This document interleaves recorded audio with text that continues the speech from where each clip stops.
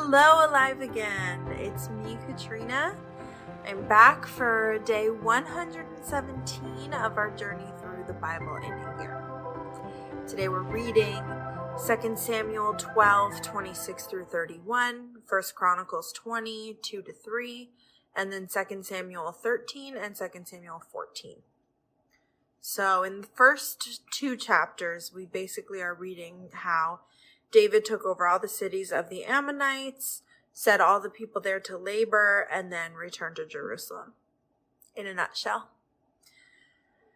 2 Samuel 13 and 14 are much more involved. So basically, two of David's sons are named Amnon and Absalom. They have a sister named Tamar. Amnon falls in love with his sister, tricks her into coming to be alone with him, and violates her. Absalom hates him for it. He waits 2 years without speaking to him. And there's like a lot more detail than this. You really got to read it because we just don't have the time to go through everything, but it's crazy town. So Absalom doesn't speak to his brother for 2 years. And then after 2 years, basically tricks him to come see him and kills him. And then Absalom flees because he's killed his brother. He waited 2 years to kill him. Then he flees and he's gone for 3 years. And it says that the spirit of David longed to go out to Absalom in all this time. But he had killed his other son, so he didn't.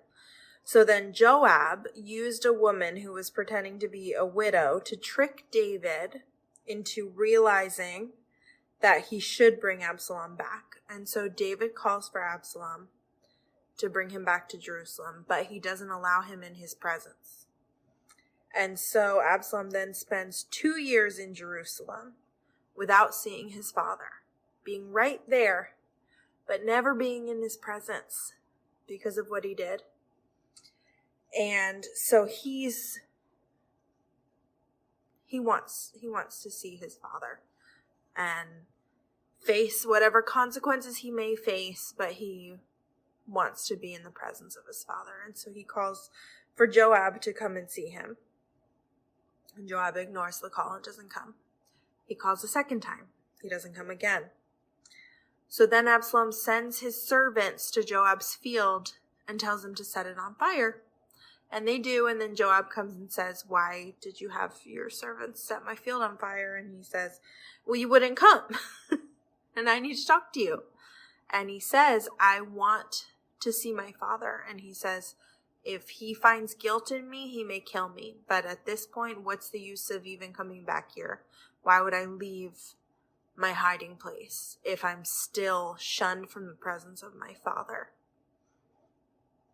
So Joab goes and tells David this, and David summons Absalom. And Absalom comes before his father. He bows with his face on the ground before the king, and it says that the king kissed him. After all that time, out of the presence of his father, he was willing to face possible death just to spend a moment in the presence of his father. Another thing that I want to go back to in the story is in 2 Samuel 13:15.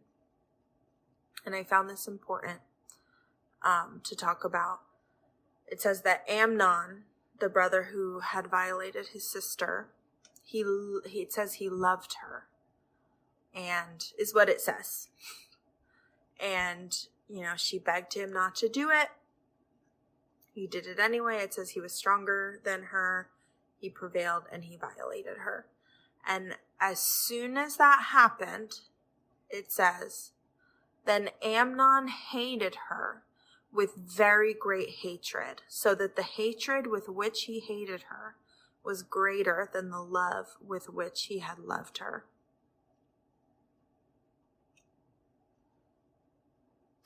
That is misplaced shame. And it makes me mad. It makes me mad. He did this. He made this choice. She didn't. She begged him. She begged him. And he did it anyway. And then he hated her with very great hatred.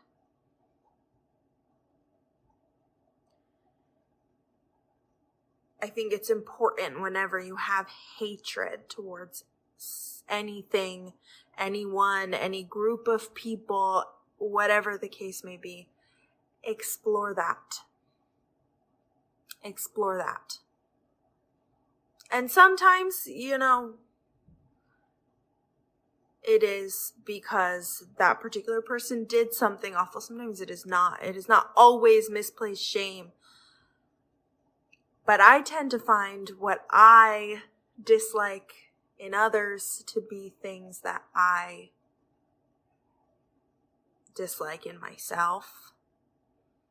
And this hatred, just reading that passage with a very great hatred, so that the hatred with which he hated her was greater than the love with which he had loved her. That just reads shame that he couldn't deal with. He couldn't deal with the shame, and he turned it into hatred towards this innocent woman who had done nothing wrong. And that's not fair. And let's never do that. Let's make sure that we deal with our shame in a way where it doesn't turn into that. So, those are my thoughts for today.